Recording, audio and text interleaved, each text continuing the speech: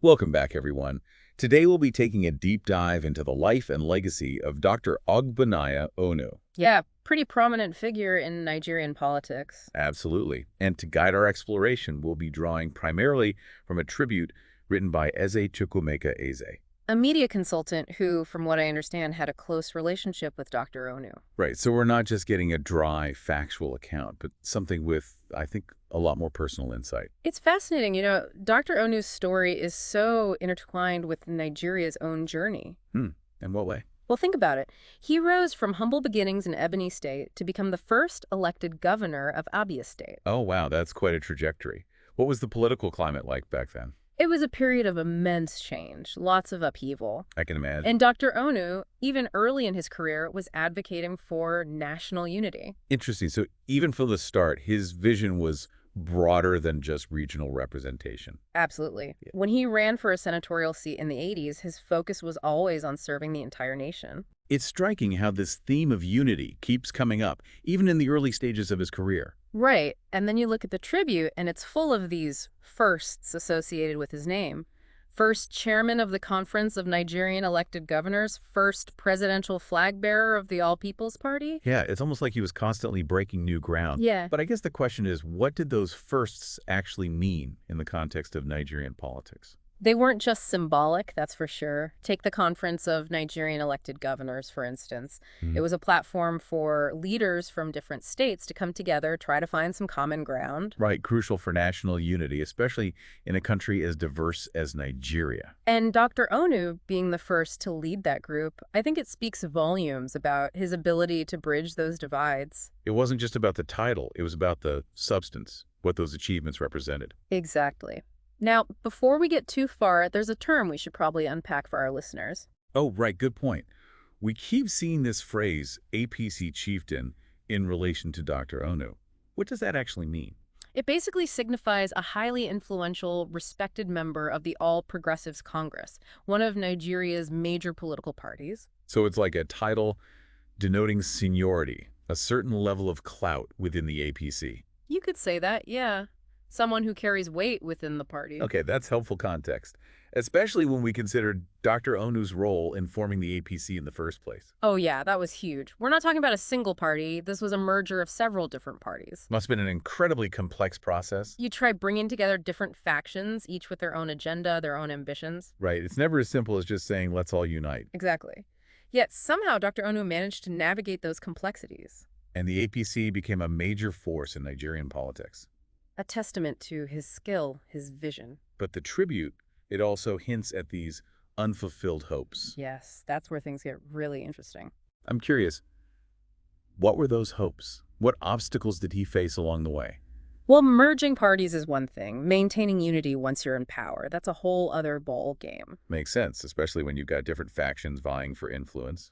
And the tribute, it does highlight some internal struggles that Dr. Onu faced within the APC. It seems like he had this grand vision, both for the party and for Nigeria as a whole.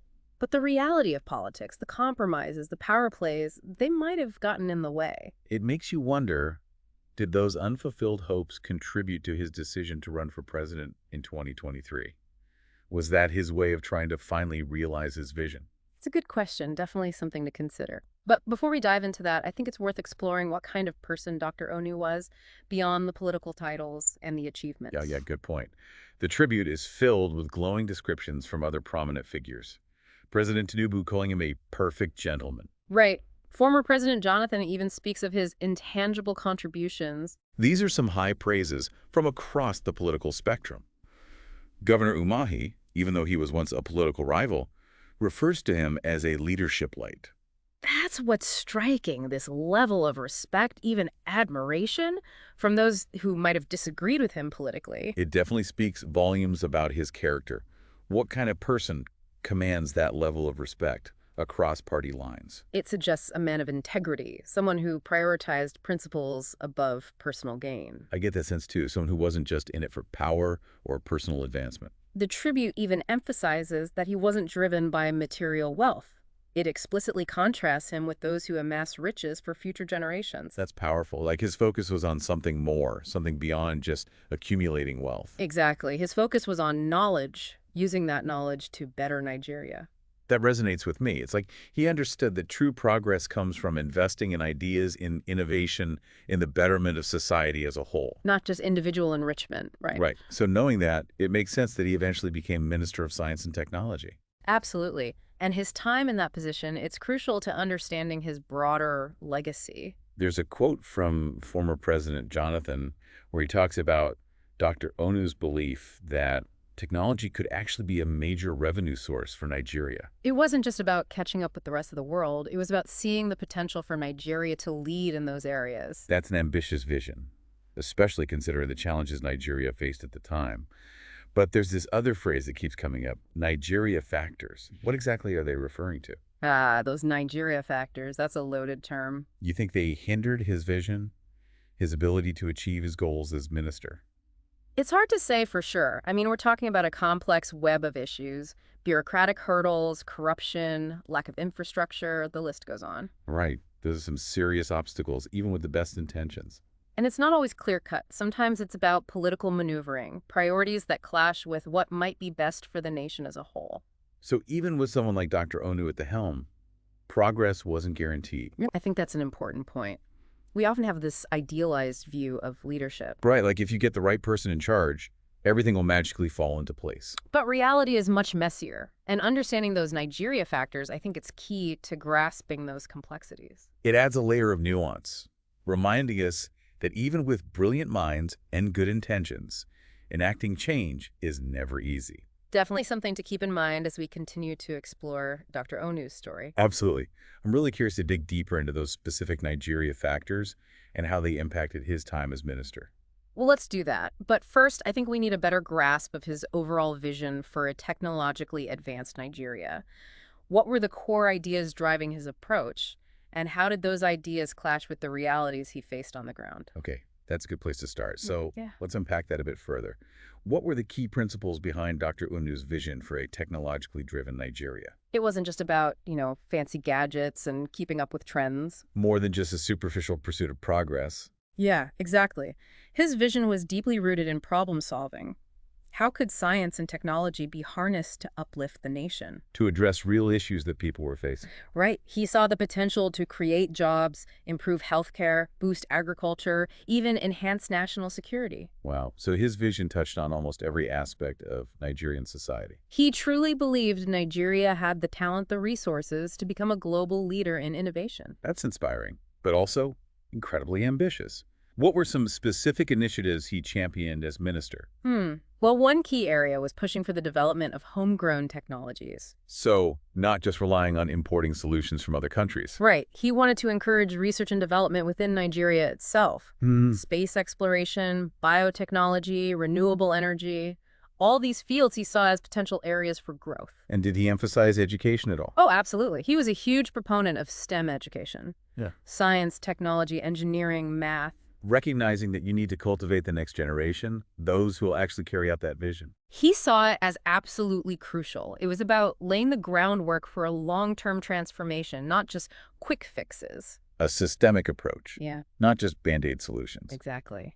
But of course, we can't forget about those Nigeria factors. Right, those ever-present challenges. And they played a role here as well. While he advocated for increased funding for research and development, I bet securing those funds wasn't always easy. not in a complex, sometimes bureaucratic system, even with a clear vision and strong leadership, navigating those political and economic realities wasn't a walk in the park. It makes his accomplishments all the more impressive, though, right? That he was able to achieve anything in that environment. Absolutely. And despite those obstacles, there were some notable strides. Establishing research centers, institutes, encouraging collaboration between academia, the government, even the private sector. Wow, that's creating a whole ecosystem for innovation. And he was a big advocate for commercializing research findings, encouraging Nigerian scientists to think about practical applications, solutions that could be brought to market. Turning those ideas into tangible products and services. It's a step towards a more innovative, technologically driven economy. But what I find really compelling about this tribute is that it goes beyond just policy and politics. It delves into Dr. Onu's character, his personal values. Oh, for sure. Those personal anecdotes, they're what brings his story to life. They give us a glimpse into who he was as a person, not just a politician. Right. They reveal a man of integrity, humility, unwavering dedication to his principles. Like that story about Eze Chukwumeka Eze being entrusted with community funds for Dr. Onu's gubernatorial campaign. Ah, yes. Imagine that pressure. A young man fresh out of National Youth Service, responsible for safeguarding those funds. And in Nigeria, where corruption can be rampant, that's no small feat. And then, to make matters worse, armed robbers attacked their bus. Oh, wow, that's intense. Talk about a high-stakes situation. Eze had to make a split-second decision. What would you do in that moment? Honestly, I don't know. Panic. Maybe even consider running off with the money. It'd be tempting, that's for sure. But Eze chose to protect those funds. Even jumped out of a tiny bus window into the bush. Wow, that's incredible. Talk about commitment. It speaks volumes about the trust Dr. Onu inspired, even in someone so young. The fact that Eze felt such a strong sense of responsibility, knowing the integrity of the person he was supporting, it's powerful. It is. And it highlights another interesting aspect of this tribute: the author's own honesty. Oh, how so? He admits that initially he wasn't deemed experienced enough for a certain role. He wasn't considered ready to be the Abia State Director of Sports. And this was when Dr. Onu became governor. Right. It's refreshing to see that kind of self-effacement, even when praising someone else. It adds a layer of authenticity to the tribute. This isn't just blind admiration. It's a nuanced portrayal of a complex individual. It reminds me of that anecdote about the APC event where some PDP members fled rather than be seen with Dr. Onu. Oh, yeah. That's a wild one. Gives you a glimpse into the cutthroat world of Nigerian politics. Where party allegiances are so strong that even associating with someone from the opposing side is seen as a betrayal. Dr. Onu, despite his commitment to unity, wasn't immune to those partisan realities. He wasn't above the fray, so to speak. And yet, it seems the author of this tribute, he was able to bridge those divides in a way. Well, he was the spokesperson for the NPDP. Okay, we should clarify that term for our listeners. What's NPDP? It stands for New PDP. It was a faction of the People's Democratic Party that broke away to join the APC merger. Ah, so a key player in those delicate negotiations that ultimately led to the formation of the APC. And Dr. Onu, with his ability to build consensus, he was instrumental in that process. Don't forget, back in '99, he already showed a willingness to put the greater good first. You're talking about when he stepped aside from his own presidential aspirations to support a candidate from the Southwest. Exactly. It's like he was always playing the long game. Focused on what he believed was best for Nigeria, even if it meant sacrificing his own immediate ambitions. That selflessness, it's a recurring theme in his story. And it makes his final public appearance at the APC presidential primaries in 2023 all the more poignant. That was a powerful moment. Delivering that speech denouncing the injustice towards the Igbo people. The one where he didn't hold back, even though it might cost him the nomination? That's the one. He knew going into those primaries that the Southeast was, as the tribute puts it, out of the calculation. But he still used that platform to speak his truth. A searing indictment of the party's zoning policies, reminding everyone of his past sacrifices. Challenging their sense of justice. He even directly asked, where is the justice? Wow, what a powerful moment. Especially considering what we know now, that this appears to be one of his last public acts before his illness and passing. It's like he poured his heart and soul into that speech, knowing it might be his last opportunity to speak truth to power. Such a testament to his commitment to fairness and equity. His refusal to just accept the status quo. And that brings us back to this question of how we honor his legacy. Right. How do we ensure that his sacrifices weren't in vain? Dr. Ben Woye, the former APC chair, argues that the best way to immortalize Dr. Onu is to champion justice and equity across all ethnic groups in Nigeria. It's a tall order, for sure. It is. But Dr. Onu's life shows us it's not impossible. Even in a challenging environment like Nigeria, one person's dedication to integrity can make a difference. It's a powerful message. His willingness to speak truth to power, even when it came at a personal cost, that's inspiring. But there's also this sense of anxiety in the tribute. Anxieties about Nigeria's future. Yeah, the author seems to be grappling with whether Dr. Onu's sacrifices were enough. Like, given the ongoing challenges, were his efforts ultimately in vain? That's a tough question to face, especially when you've seen the inner workings of the system. The author, having witnessed all of that firsthand, he seems disillusioned. His comment about the current government being nicknamed T-Pain because of the hardships people are enduring. That speaks volumes, doesn't it? About the disconnect between promises and reality. This feeling of betrayal felt by many who hoped for a better future under the APC. And it's especially poignant that he's voicing these concerns in a tribute to Dr. Onu. A man he clearly held in high regard. It adds another layer of complexity to this whole narrative. It's like he's asking, if Dr. Onu couldn't solve these issues, what hope is there? It's a heavy question to carry. It is. But maybe the answer lies not in despair, but in action. Using Dr. Onu's story as inspiration. To continue fighting for a better Nigeria, even in the face of setbacks. To not let those anxieties paralyze us. And amidst all the somberness, the tribute does offer glimmers of hope. Oh, in what way?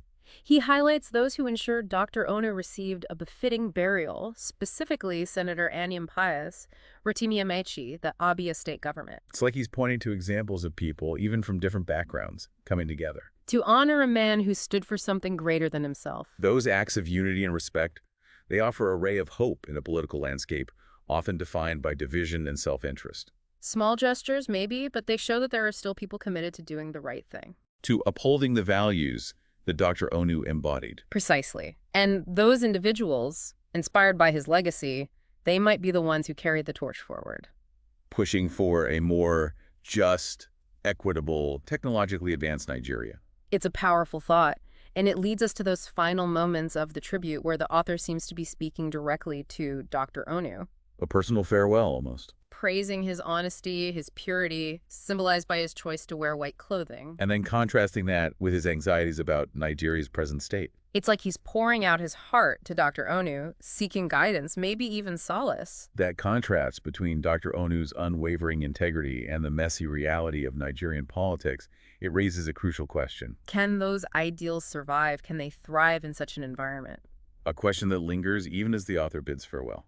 Praying for Dr. Onu's peaceful rest, longing for a reunion in a better world. It's a poignant ending to a truly remarkable story, and it leaves us with a lot to unpack. The complexities of Nigerian politics, the challenges of enacting lasting change, the power of individual integrity. The enduring hope for a brighter future. And those are themes I think we can explore even further as we delve into the author's personal reflections on Dr. Onu's legacy. And his own role in shaping Nigerian politics. Right, his journey within that complex and often tumultuous world. So let's dive into those reflections and see what insights we can uncover. I think it'll offer a unique perspective on the inner workings of Nigerian politics. And how personal experiences can shape one's view of leadership, sacrifice, and the pursuit of a better future. Exactly. It's a chance to go beyond the headlines and grapple with the human side of these big issues. So let's get into it. All right, let's see where the author's reflections take us. I'm ready if you are. Let's go. All right, so the author kicks things off by talking about the risks he took in helping form the APC. Yeah, only to be sidelined later on. It really highlights the unpredictable nature of those political alliances, the personal sacrifices involved. You put in all this work, all this effort, and then suddenly you're on the outside looking in. I wonder what specific events led to that feeling of being sidelined. He doesn't get into explicit detail. But you can sense the disillusionment in his words. He talks about witnessing firsthand how power can be used and abused. Even by those claiming to be on the side of the people. Yeah, that's the thing, isn't it? The gap between rhetoric and reality. His comment about the current government being nicknamed T-Pain because of the hardship people are facing. That's pretty telling, don't you think? It speaks to a sense of betrayal felt by many Nigerians who hoped for a better future under the APC. And the fact that he's expressing these concerns in a tribute to Dr. Onu, a man he clearly admired, that adds another layer of complexity. It's like he's wrestling with this question. Were Dr. Onu's sacrifices ultimately in vain? Given the ongoing challenges, it's a tough question to face. Especially when you've been so closely involved, you've seen the inner workings of the system. It's easy to feel disillusioned. Like, what was the point of it all? And maybe that's not the right question. Maybe it's about channeling that disappointment into positive action. Instead of dwelling on the past, using Dr. Onu's story as a source of inspiration. To continue fighting for a better Nigeria. Even if the path ahead seems uncertain. And even amidst all that somberness, the tribute offers glimmers of hope. Really? Where do you see that? In the author's closing remarks, he commends those who helped give Dr. Onu a befitting burial. Ah, those moments of unity and respect. Senator Anyim Pius, Rotimi Amechi, the Abia state government. Even across political divides, people came together. To honor a man who embodied those values of integrity and service. It shows that even in a challenging political climate, there are still individuals committed to doing the right thing. And maybe, just maybe, that's the key takeaway from all of this. That Dr. Onu's life and legacy offer a blueprint for the future. A reminder that progress is possible, but it requires unwavering commitment. Integrity and a willingness to fight for what's right, even when the odds are stacked against you. And that even in the face of setbacks and disappointments, we can't afford to give up on the dream of a better future. Absolutely. Dr. Onu's story, it's a powerful testament to the enduring power of hope. And the importance of continuing the fight for a more just and equitable Nigeria. His life, though marked by both triumphs and unfulfilled aspirations, offers valuable lessons for us all. And on that note, we'll wrap up this first part of our deep dive into the life and legacy of Dr. Ogbonnaya Onu. Join us again soon as we continue to unpack his story and explore its relevance for Nigeria's present and future.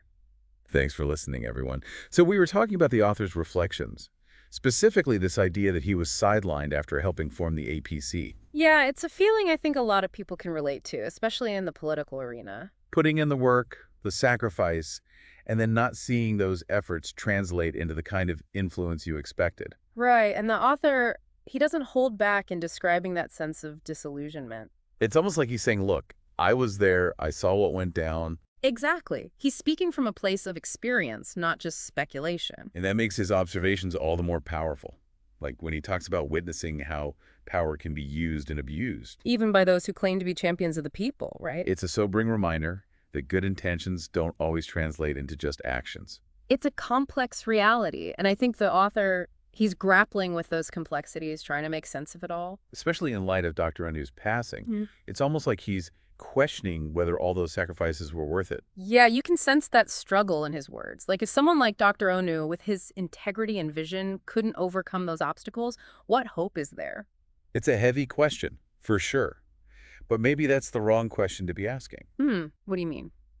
Well, maybe instead of focusing on whether those sacrifices were worth it, we should be looking at how to carry that torch forward. To not let those efforts be in vain, even if the path ahead is uncertain. Exactly. To use Dr. Onu's story as a source of inspiration to continue fighting for a better Nigeria. That's a powerful reframing, shifting from disillusionment to a sense of renewed purpose. And I think that's what the author, in his own way, is trying to convey. Even amidst all the challenges, all the anxieties about Nigeria's future, there's this glimmer of hope. Where do you see that? In the way he highlights those who ensured Dr. Onu received a befitting burial. Senator Anim Pius, Rotimi Maichi, the Abia state government. Even across political divides, people came together to honor him. Right. Those moments of unity and respect, they stand out against the backdrop of all the political maneuvering and power struggles. Exactly.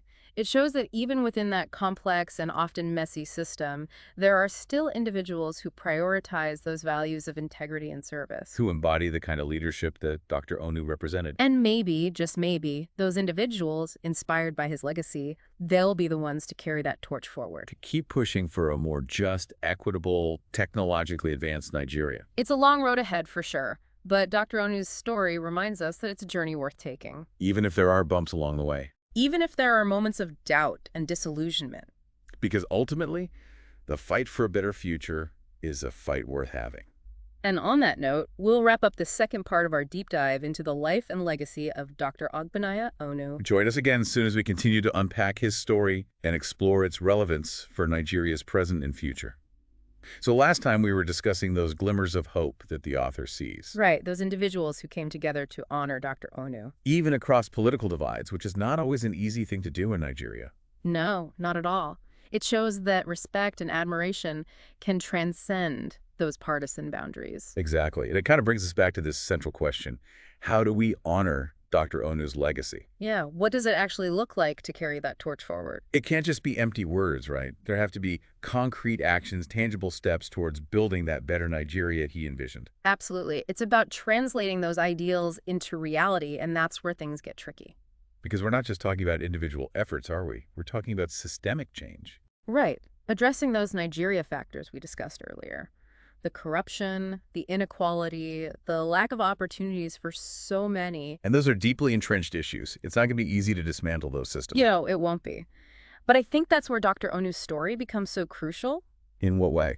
Well, it shows us that even in the face of immense challenges, even when the odds seem stacked against you, it's still possible to make a difference. To stand up for what you believe in, to fight for a better future. And to do it with integrity, with humility, without compromising your principles. Those are powerful lessons, and I think they resonate even more strongly now, given the current state of things in Nigeria. Yeah, the author's anxieties about the country's future, those are shared by many. This feeling that things aren't moving in the right direction, that those promises of change haven't materialized. It's a valid concern. Yeah. And it's easy to get caught up in that sense of disillusionment, to feel like nothing will ever change. But that's where we have to resist, I think, to remember that progress isn't always linear. There will be setbacks, there will be moments of doubt, but that doesn't mean we give up on the struggle. And maybe that's the ultimate message of Dr. Onu's legacy, that even when the path ahead seems uncertain, we have to keep pushing forward. To keep fighting for a more just, equitable, and prosperous Nigeria. To honor his memory not just with words, but with concrete actions that bring about real change. And I think the author, in his own way, is trying to do just that, by sharing Dr. Onu's story, by highlighting both his triumphs and his struggles. He's inviting us to reflect, to learn, and to carry that legacy forward in our own lives. Exactly. It's a call to action, a reminder that each of us has a role to play in shaping the future we want to see. And that's a powerful message, one that I hope resonates with our listeners. Me too. Dr. Onu's life, it's a testament to the enduring power of hope, even in the face of adversity. And on that note, we'll wrap up this episode of The Deep Dive. It's been a privilege to delve into Dr. Ogbonnaya Onu's story with you all. And we hope you'll join us again next time as we continue to explore these complex and fascinating topics. Until then, keep those conversations going. Keep asking those tough questions, and keep striving for a better world. Thanks for listening.